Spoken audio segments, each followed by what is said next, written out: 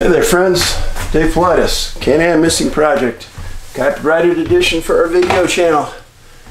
And yes, this is a missing persons segment. Thanks for being here. And I'm grateful.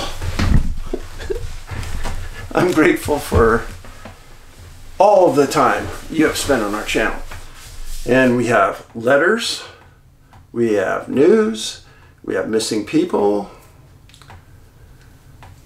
We are full here, and a lot of it's by request. If you haven't tried one of the others, click on the video section as you're looking at the screen. It says videos down there. Click on that and that'll take you to all of our videos, 530 plus on those various topics. Now, many of you know I've been a MUFON, Mutual UFO Network investigator, for about 15 years now. And while I've been a MUFON investigator, I've looked at a lot of abduction cases over the years. Kind of understand the profile of what they're looking at. Now, what's interesting to me is many of those abduction cases profiles come very, very close to the profiles I've written about in my Missing 411 books. Many of them. So, just a reminder, coming up in just a month or two, we've got the MUFON National Symposium outside of Cincinnati. I am the keynote speaker. And with the UFO topic being so hot, it ought to be a packed place. If you can get there, it will be worth your while to show up. Angie and I will be there. We'll have our books. We'll have everything there. Hope to see you there. Now, getting back to the UFO topic. The first case I'm going to talk to you about, to me, I'm surprised I haven't read about it in the MUFON Journal or something related to that. And I'll tell you, and then we'll review it. The case involves a lady named Mrs. Vera Snelson, 50 years old. She went missing June 18th, 1963 at about 2 p.m. Now carry with me on this. She went missing from her home in Coolidge, Arizona, kind of between Phoenix and Tucson. She was born in Hico, Texas, and she was married to a man named W.S. Snelson. They had 2 daughters. Now, this poor lady had a series of physical conditions that were baffling. She had glaucoma, she had heart disease, she had blackouts, and she had severe headaches. Wow. Anybody who's had severe headaches, it's horribly debilitating. Early on in my life, I used to have migraines all the time. And luckily for me, about the time I started to get them, they came out with some medication that alleviated them quickly. I had them so bad that I couldn't do anything. I'd throw up. It was horrible. So Miss Snelson, she was last seen 2 p.m. June 18th, 1963 at the Coolidge supermarket. She saw a friend while she was shopping. And the friend told her, "You don't look like you're well." And she said, "My head hurts so bad, I can barely see." That's what she said. I know the feeling. Well, that was about 2 p.m. Family came home from work, school, etc. later that day and found that her and her car were gone. Suspicious to say the least, because she was pretty much a homebody. Well, what they also found in the house was a bank deposit that her husband asked her to make, that she did do. And they found 2 shirts that her husband asked her to get for him for work. She bought those before she went to the supermarket. They also found her purse, her wallet, all the contents of the purse, but Vera and the keys to the car and the car were gone. Many times many places the article stated that she was allergic to atropine, and she wore one of those medical alert bracelets that said allergic to atropine. Well, for some reason or another, there was a prescription to atropine there in the house. And when I looked it up, it said atropine was used to address certain nerve ailments, pesticide poisoning, and some types of slow hearts. Well, she had a heart condition as well. Well, the family waited for her to get home that night. She didn't, and they reported her missing late in the evening on June 18th. When I started to do the research behind this case, I always looked to see how rapid a response police gave something in 1963. In the old days, you couldn't report a person missing for 24 hours. But Coolidge police accepted the case right away. And they had an officer come to the house, take a report, and then during the next couple of days, the Coolidge police chief had them search the area around the market, the area around the store she had shopped that day, area around the bank, and all of the neighborhoods that she could possibly be in, looking for her car.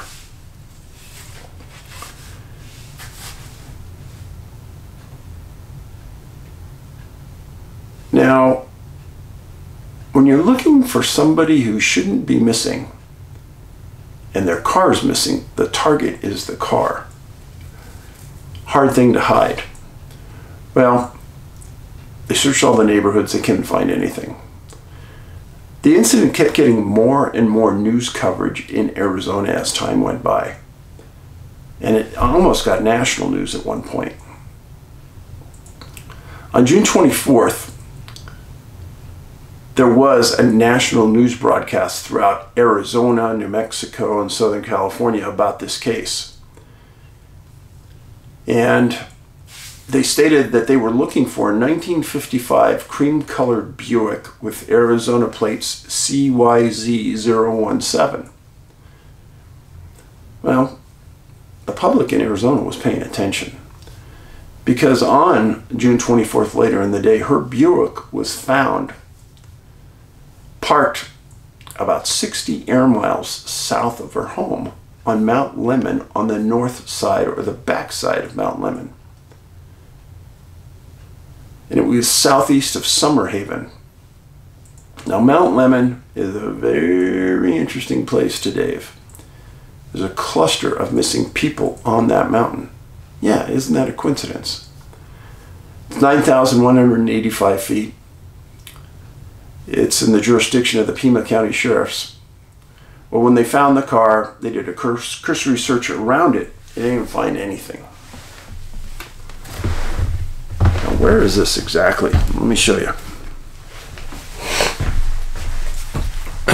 So here's Mount Lemmon, right here. This is the Tucson Medical Center, Sabino County Recreation Area. Tucson wraps around to the left side.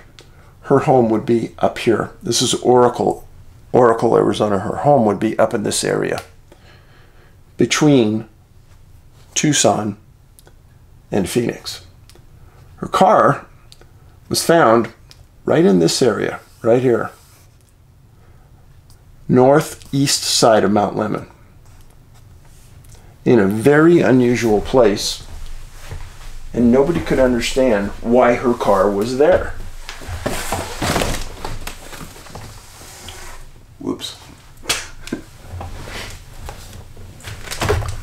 So, the Pima County Sheriffs did the right thing.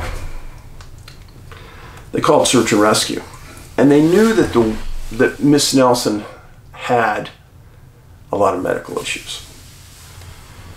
So they pushed it. And even though the car was found late in the day, they had search and rescuers respond immediately. And they had a whole boat of them on scene by 7 p.m. And they started to do an inside-out search from that car. Some were taking the north side, some south, some east, some west. Well, after it got dark, they had flashlights, that's all they were using. And they ended up at 11:35 p.m. finding Vera's body 300 yards from the car. Yeah, that's 3 football fields. It's quite a distance. And if anybody's been on Mount Lemmon, sharp rocks, dusty area, dirty, snakes, cactus, an oppressive area to hike in for a lady who isn't used to hiking, who doesn't have hiking boots. Well, they find the body, and there's bruises and scratches, and she's on a hillside. Hold your taters. But when they find her, they don't find her glasses, and they don't find her shoes. So how did she get 300 yards from her car without her shoes? They stated that there was no obvious signs of death and that it was going to go to a coroner for review. I never found the cause of her death. And I searched hard and wide. There was nothing.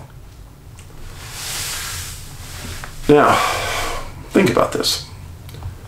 At 2 p.m., she tells her friend that her head hurts so much she can hardly see.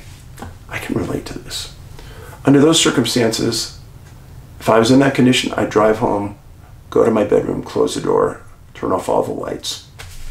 That's how you handle that. That's the only way you can. But no, we're expected to presume that this lady gets in her car, drives on a freeway, 60 miles south, drives a series of mountain roads, stays on the roads, parks the car, takes out and hikes 300 yards. Oh, really? Come on. And she's had a heart condition. She has bad allergies. She has blackouts, severe headaches, and she has glaucoma. She has glaucoma, and she's wearing special prescriptive lenses, and she doesn't have her glasses. How did this all happen? Many UFO abductees claim to have extreme headaches. So 60 air miles, I gotta clear this up, but it's approximately 90 driving miles.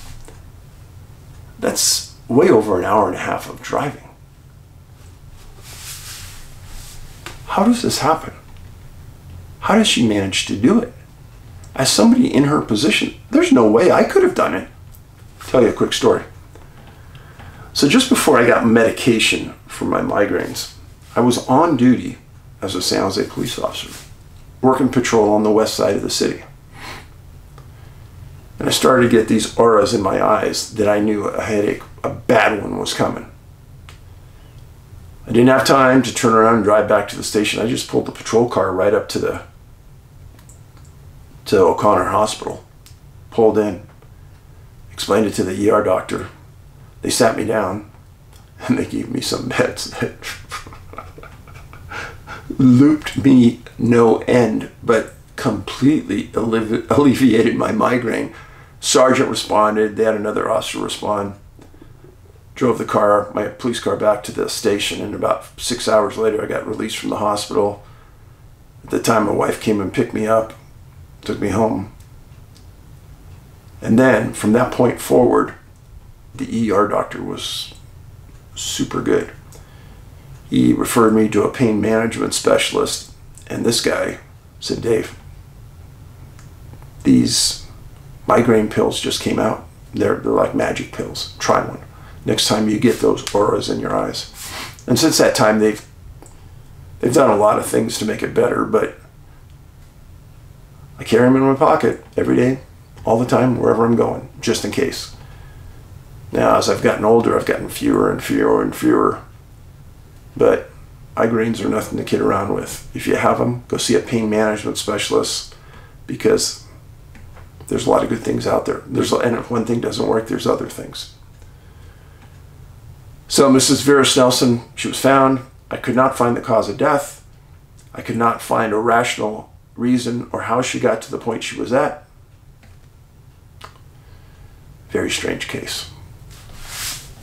Next case involves a veteran. And I get questions every once in a while. Hey, Dave, You ever have any veterans that disappear? Yeah, but very few.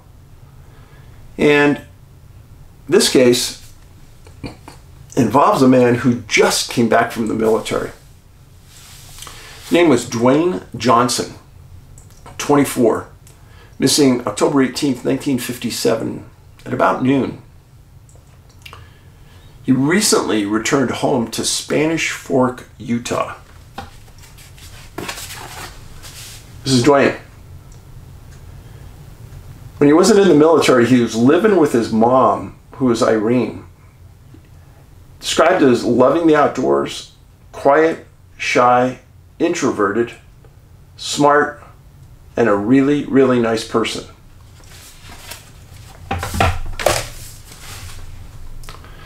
Well, he returned home, and he had saved his money while he'd been deployed. He came home and bought a brand new car. He was real proud of it, his mom said. He parked it in the driveway, had her come out, drove her around. He was just really stoked. Well, on October 18th, he and some friends, all loved the outdoors, decided they were going to go hunting. And they went to a place east of where he lived, in a city, near a city called Fairhaven. They get there, they make their way up a dirt road, park the car, and they agreed to split up at 8 a.m. and meet back at noon after everyone went hunting. It was a cold day, and everything described Dwayne as wearing a red and black checked wool, heavy wool shirt, light coat, had a rifle and binoculars. Dwayne knew his way around the outdoors. He had hunted many times in the past. He actually had survival training in the military. Well, at noon, his friends come back to the car, and Dwayne's not there. So as his friends are starting to search for him, it starts to snow. And then it starts to snow hard. And then it starts to snow really hard. And then the sheriff arrives. So, Dwayne's from a small town called Spanish Fork, Utah.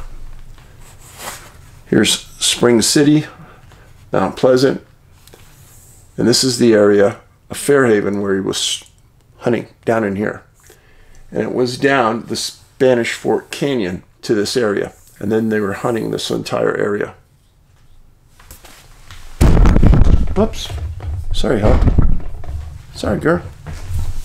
Daddy's a klutz. I apologize. So, they're hunting this canyon. He doesn't arrive. Friends search for him. And then the sheriff arrives. And it's snowing hard. Sheriff says, hey, I can't get anybody out here right now. It's late in the evening. It's just me. I'll call for more sheriffs tomorrow. Get search and rescue out. Okay. So October 19th, the next day,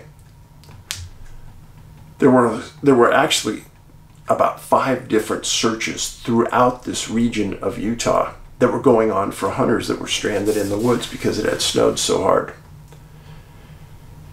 And the sheriff posse that came out was spread pretty thin.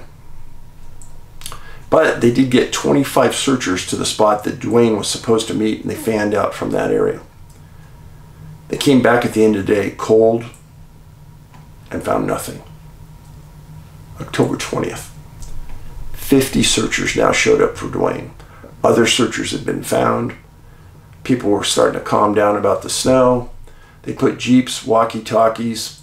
This was a big deal back in 1957, walkie-talkies. And the search and rescue headquarters was Skyview Tourist Camp. The sheriff said that he was calling the National Guard, calling for more people, asking big businesses to close, because Dwayne was a local hero. He was one of these guys that went in the military, served his term, came back, and now they wanted to serve him. October 21st, 75 searchers were now on scene, and canines. And they brought in equestrians, horse riders. Those 75 stayed on scene for 3 days. Canines stayed on site for 2 days. Sheriff was getting frustrated. And the National Guard was starting to stream in at this point. For the governor to issue a National Guard response is huge. It costs the government money, but I think what they knew that they were searching for a veteran. Well, on October 25th, the city of Spanish Fork and their mayor had a press release and had a press conference, and they requested that the biggest business in the city, a company called Geneva Steel, close for 3 days and use their employees to search for Dwayne. The mayor said that he'd be one of those people that would be orchestrating the event. It would all be in the field. They had food and water and meals organized. They wanted to get 200 or more people into the region. This was on October 25th. 26th and 27th, the search went on. October 28th, they're hammered again. More rain, more snow. Inundated the search area. On October 29th, the formal search was suspended by the sheriff after family and friends were talked to, explained how difficult this was getting, more snow was falling, and they had now been at this 10 days. Now, in any search criteria, 7 days, 8 days would be the norm. To get 10 days out of them in 1957, that's pretty good. But you could tell by the sheriff speaking that he was frustrated. So the formal search, October 29th, was terminated, but the sheriff stated that family and friends of Dwayne's were not giving up. Irene, his mom, was still devastated. He had people coming in from outside the area to help. And the sheriff backed off just slightly and he said, well, we're going to terminate the original search and rescue, but we're going to keep going and adding deputies to the informal search that's being done by the family and friends. That went on for a couple more days, and even they got exhausted. And then all searching stopped. And then his mom had to go home, look at that car in the driveway and say, where's my son?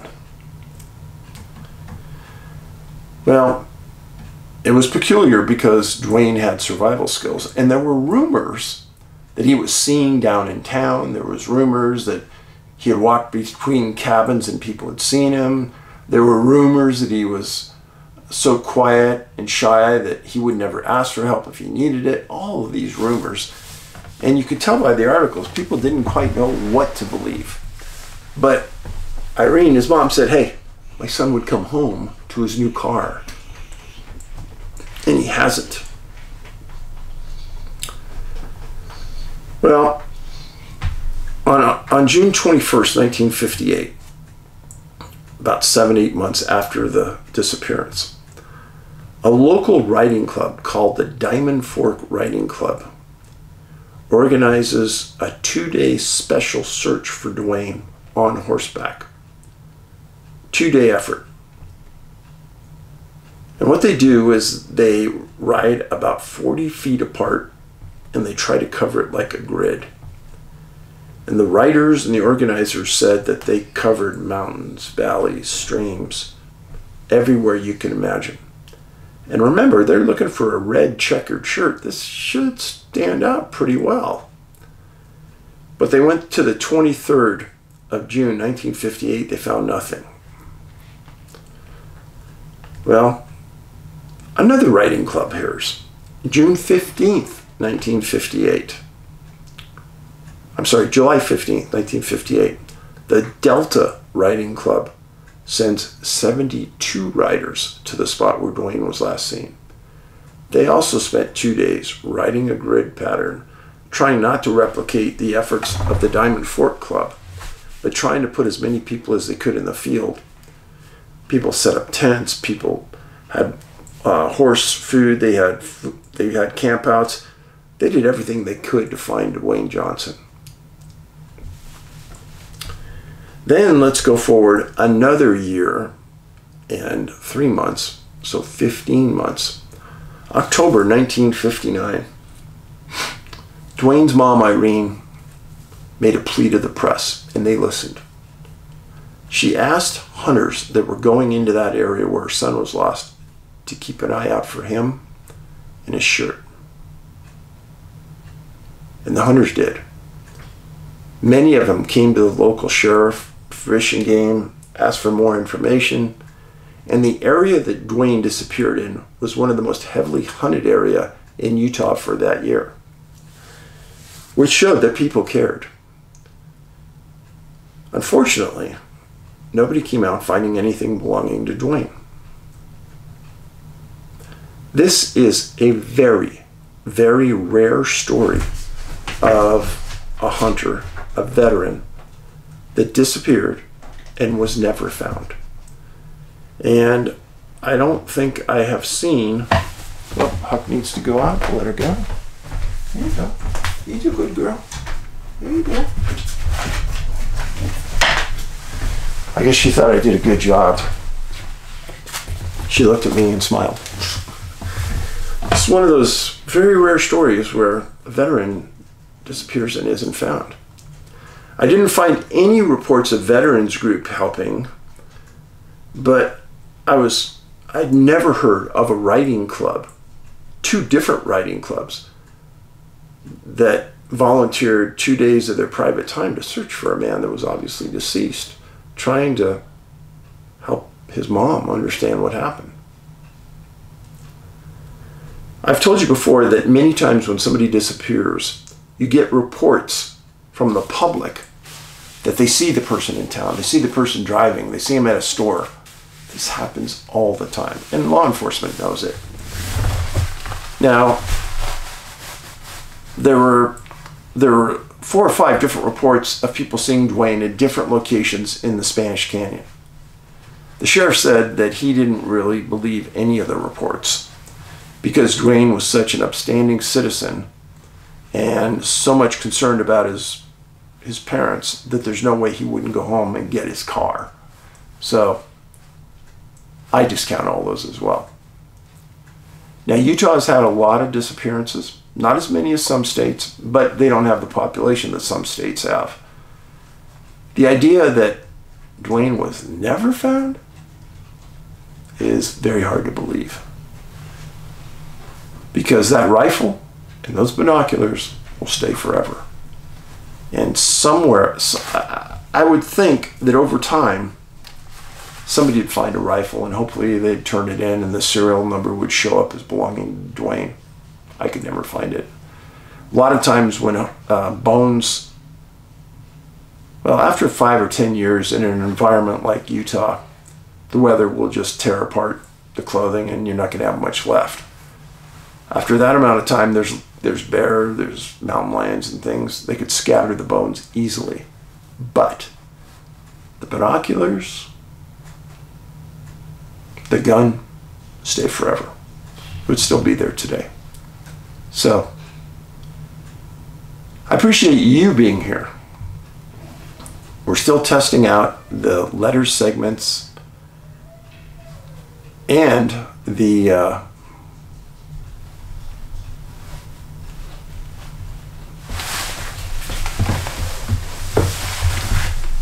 letters to me that come in. I try to read through them to make sure that there's not an issue with them when I read them, so you're getting filtered versions.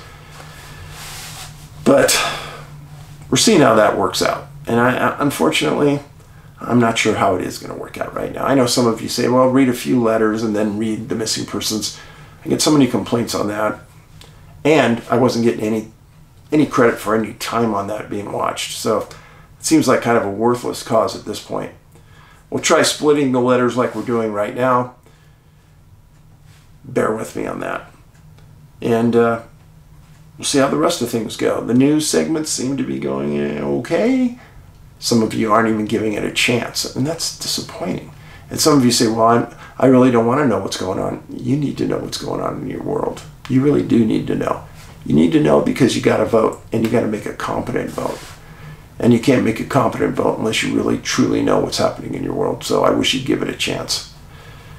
In the meantime, it's like 98 degrees out here today. It's too hot to do anything the last 3 days. That's why I'm not filming outside. I will be outside when the weather gets better, I hope. And in the meantime, thumbs up if you like it. Comments are, you can make comments at the bottom of the video. Please do. Do something nice for your community. I appreciate you very, very much. Paulides out.